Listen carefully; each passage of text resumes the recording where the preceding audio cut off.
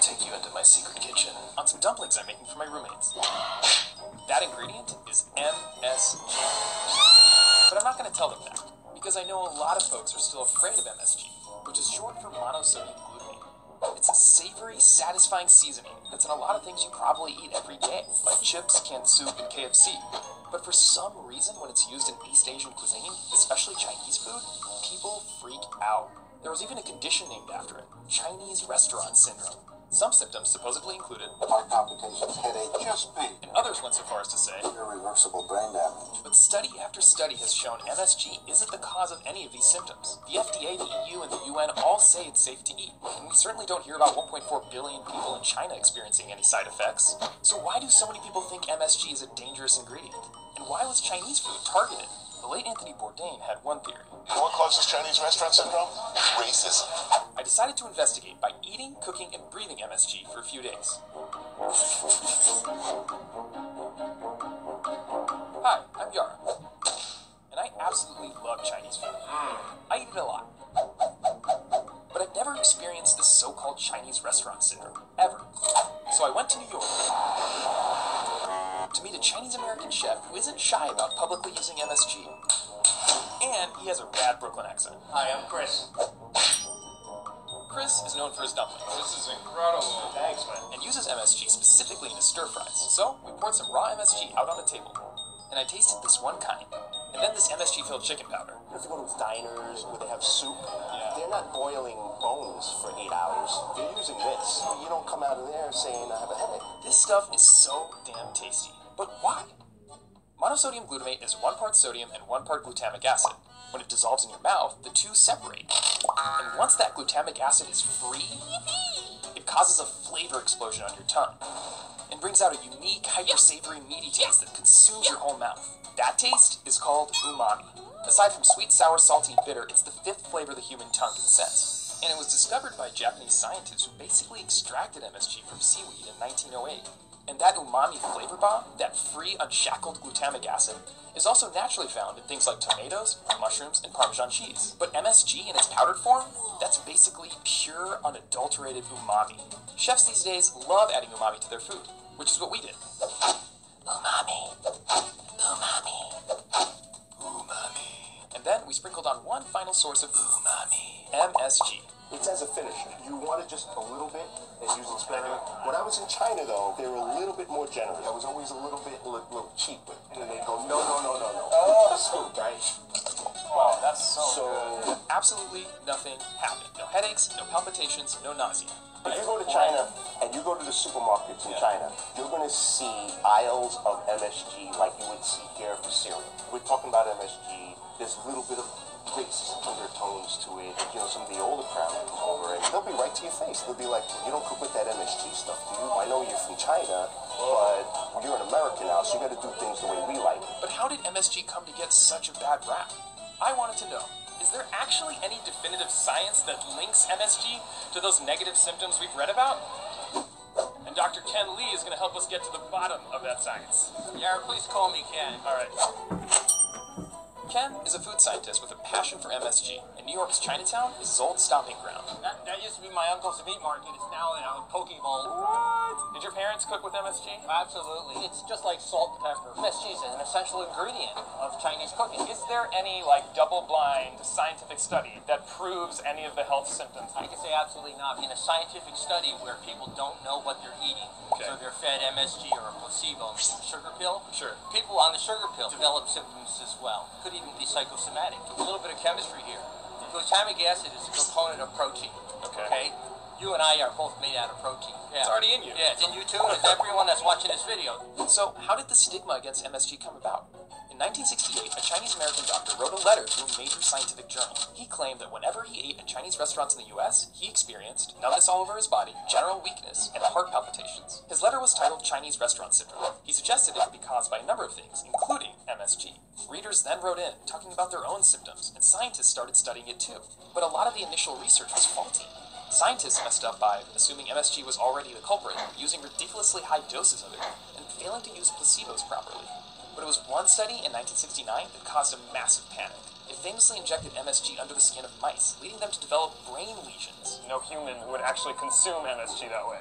No, but actually, good point. If you just took common table salt and injected it under your skin, you could induce a real toxic stain. Right. Solid scientific research came out debunking MSG myths in the next few decades, but it was too late. No MSG signs had already popped up around the country.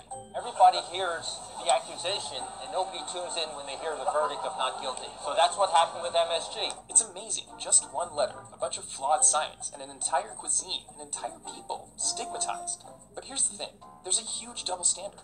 We actually eat lots of non-Chinese foods with MSG, but you don't hear about people getting sick from them. Well, we're going to go pick up some foods and snacks that have MSG in them very openly. Good idea.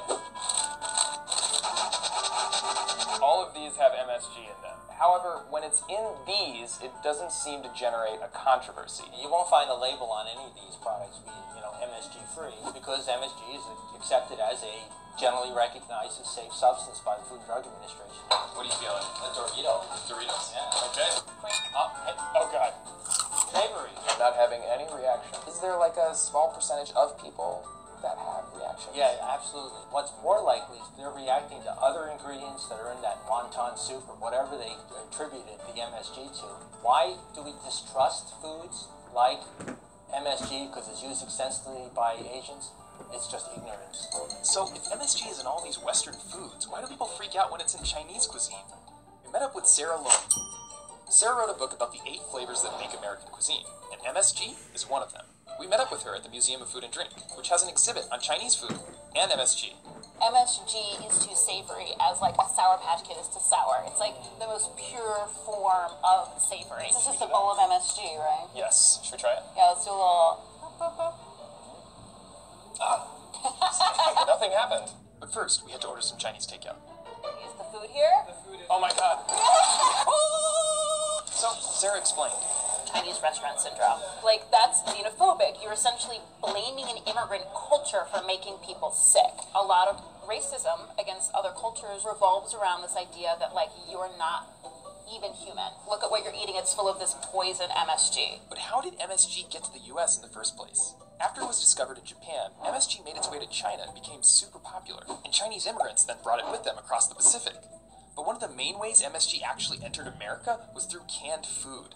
By the 1930s, the US had become one of the largest buyers of MSG in the world, and the seasoning eventually found its way into military rations, condiments, TV dinners, you name it. The major consumers of MSG in this country aren't Chinese restaurants, it's American processed food. Every brand from Kraft to Kentucky Fried Chicken. And I've never heard someone say that they have Dorito syndrome. That is not happening. Americans like to blame immigrants for things. When Italian immigrants first came here, they were villainized for their use of garlic. And garlic was, I know it's laughable right now, what American doesn't cook with garlic? The smell, the flavor was really symbolic of not wanting to become American. 4, 5, 6 generations later, we love Italian food. So could MSG one day be as widely accepted as garlic?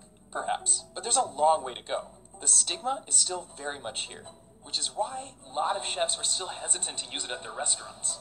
And that's why we're here to talk to Chef Lynn. Hi. Hi. She runs a Modern Vietnamese restaurant. Lynn and her family are from Vietnam, but they're ethnically Chinese and came to the US as refugees. My parents cooked with MSG, so I'm very familiar with the ingredient, but as a professional chef growing up in the industry, because of the stigma, there was a lot of pressure not to use the MSG. Lynn is afraid that she'll lose clientele if she starts using MSG in her restaurant, but she still finds other ways to add umami to her food. Add a little bit of fish sauce. Now you got some umami in there, yeah? And the stigma against MSG has even touched Lynn's family. Her dad still uses it, but her mom doesn't cook with it anymore. So we went to Lynn's house to cook with her parents. You cook together with your wife. Yeah. That's so nice. Yes. You don't use MSG in cooking today. No, somebody said never did cook. Right. MSG long time. I like this disagreement between mom and dad. Then we cooked 2 dishes, one with MSG All right, here comes, yeah! and one without, to see which one tastes better. So let's try without.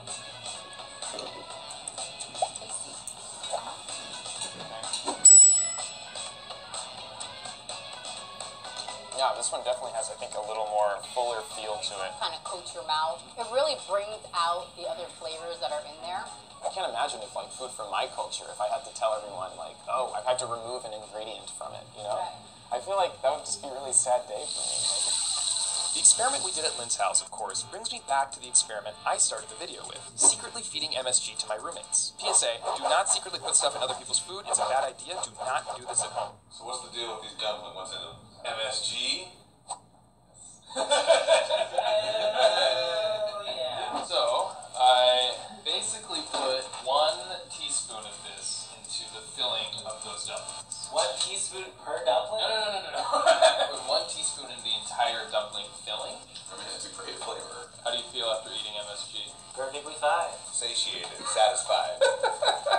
My roommates loved the taste and didn't get sick. And of course they didn't, because, well, the science says MSG is perfectly safe.